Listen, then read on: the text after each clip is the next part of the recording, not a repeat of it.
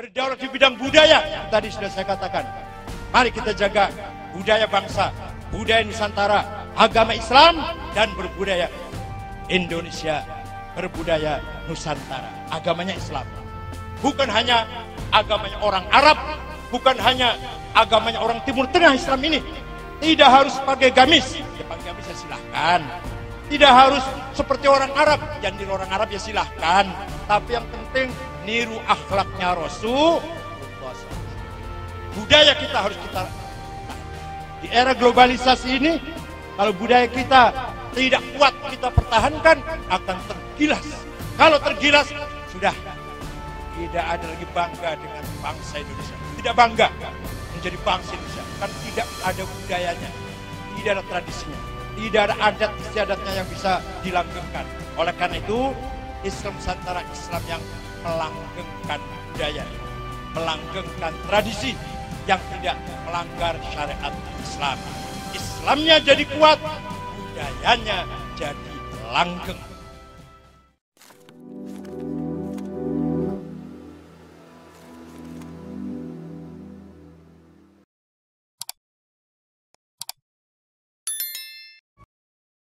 Saya hormati, ada amanat satu, amanat kita menjaga ahli sunnah wal jamaah. Yang kedua, amanat kita membela tanah air kita agar kita berdaulat. Geografinya aman, ekonominya aman, kita kelola sendiri. Seperti PT Gunung Garuda ini berusaha memperbanyak unsur lokal, komponen lokal. Kalau terpaksa baru impor, gitu Pak Harjen ya. Ini harus contoh oleh perusahaan-perusahaan yang lain. Ini menunjukkan kita berdaulat dalam ekonomi, berdaulat dalam hukum. Pak Jokowi ketika akan memutuskan eksekusi pengedar narkoba itu, bukan pengedar, bosnya narkoba datang ke PBNU. Jam 7:30 datangnya. Saya dari rumah jam 5 loh itu. Biasa berangkat jam 9 dari rumah datang ke PBNU 10:30. Ini Pak Jokowi 7:30 mau datang. Saya rumahnya di Ciganjur jauh, 30 kilo lah, Ciganjur, Cilandak. Sampai saya bangun pagi, berangkat 5:30, sudah berangkat. Hadirin yang saya hormati, apa Pak Jokowi? Datang ke PBNU untuk memberi, minta dukungan, NU mendukung, tidak. Kita akan mengeksekusi bos-bos narkoba itu yang sudah divonis hukum mati. Saya dukung.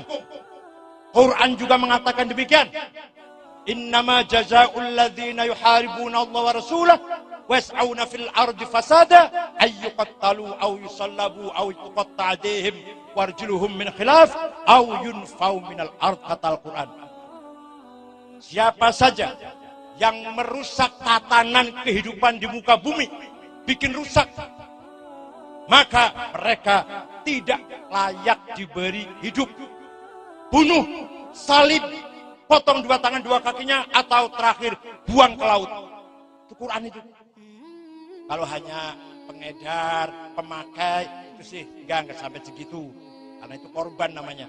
Tapi bos, ada orang bikin pabrik sabu-sabu. Ayo niatnya apa itu? Sudah niatnya apa itu?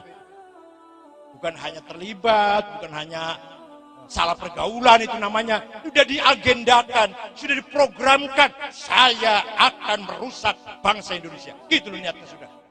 Nah, bikin pabrik, kalau hanya pengedar situ sih. Atau karena ekonomi lah, akan dapat uang, itu hukumannya nggak sampai dibunuh. Ada orang bikin pabrik, ada orang bawa narkoba masuk Indonesia 800 kilo. Itu bisa merusak berapa ratus ribu, berapa juta generasi muda Indonesia itu. Itu namanya akan merusak bangsa. Harus dibunuh, disalib, potong 2 tangan 2 kaki, atau dibuang ke laut. Itu Al-Quran itu.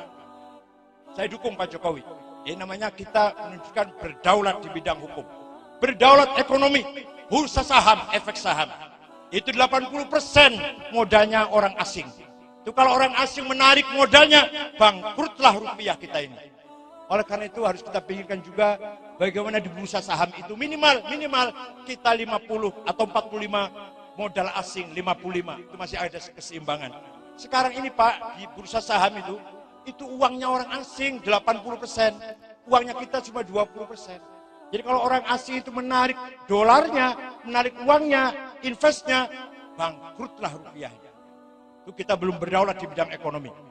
Berdaulat di bidang budaya, itu tadi sudah saya katakan. Mari kita jaga budaya bangsa, budaya Nusantara, agama Islam, dan berbudaya Indonesia, berbudaya Nusantara, agamanya Islam. Bukan hanya agamanya orang Arab, bukan hanya agamanya orang Timur Tengah Islam ini.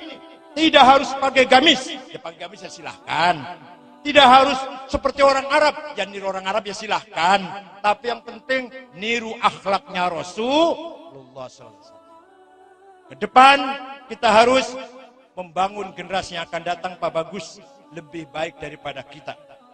Wal yakhshal ladzina law taraku min khalfihim dzurriyyatan dhi'afan khafu 'alaihim falyattaqullaha wal yaqulu qawlan sadida. Kita ini Pak, kata Al-Qur'an ini, jangan sampai kamu punya keturunan yang lemah.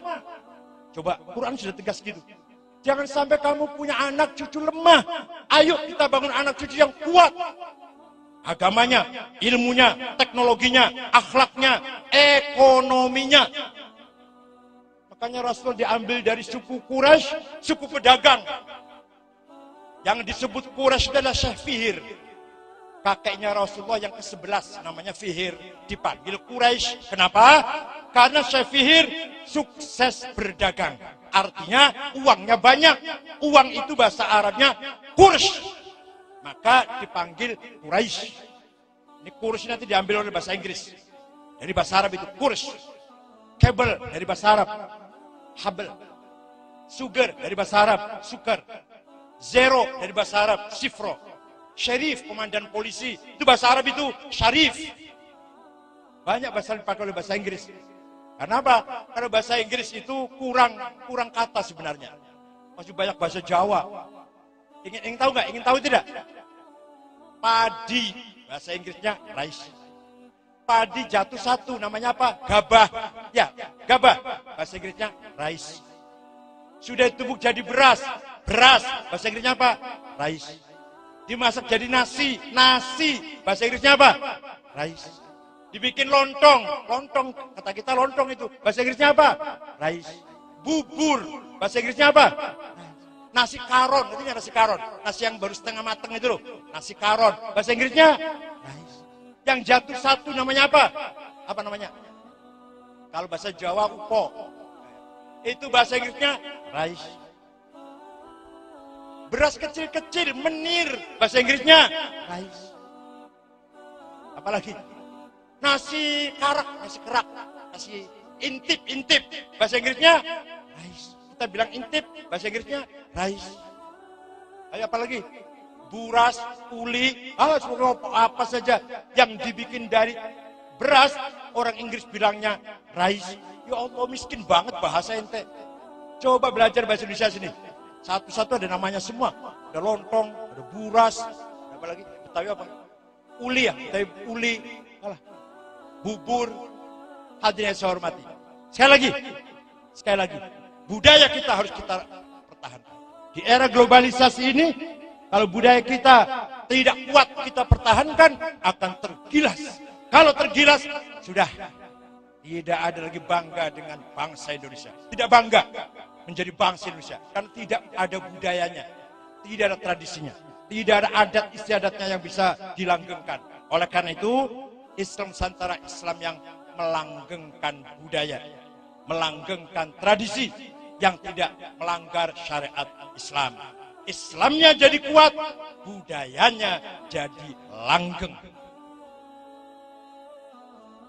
Mari kita bangun generasi yang akan datang yang kuat. Kuat agamanya, kuat ilmunya, kuat akhlaknya, kuat ekonominya, kuat budayanya, kuat karakter kepribadiannya. Yang akan datang butuh orang kuat. Kalau betul NU itu 80 juta, setengah persennya saja, setengah persen, itu kan 4 juta tuh, setengah persen. Masa nggak ada orang pinter 4 juta? Ayo cari orang paling super pinter, yang super cerdas, 4 juta saja. Udah geger itu Indonesia, udah hebat tuh. Singapura kan penduduknya 5 juta, masa pinter semua yang enggak? Masa pinter semua 5 juta yang enggak? Ya ada yang tidak cerdas, ada. Singapura 5 juta. Kalau separuh aja yang pinter baru 2,5 juta. Nah kalau kita 80 juta, setengah persennya 4 juta. Masa nggak bisa kita mencetak kader yang super cerdas 4 juta? Dia harus bisa dong. Bayangkan negara Kuwait itu hanya 2,5 juta penduduknya. Qatar itu 1 juta, Bahrain 700.000, Emirat 4 juta, Saudi 25 juta. Gak ada negara yang besar penduduknya. Indonesia penduduknya alhamdulillah 250 juta, umat Islamnya 87%, Nahdlatul Ulama 84 juta. Alhamdulillah. Ini modal kapital sosial yang sangat berharga dan bernilai, tinggal kita mendongkrak kecerdasannya, ekonominya, skillnya, kita dongkrak. Kita punya potensi yang sangat luar biasa. Terima kasih Pak Khairuddin, terima kasih PCNU Bekasi, kepada bapak-bapak yang hadir dari pejabat, baik TNI, Polri maupun sipil.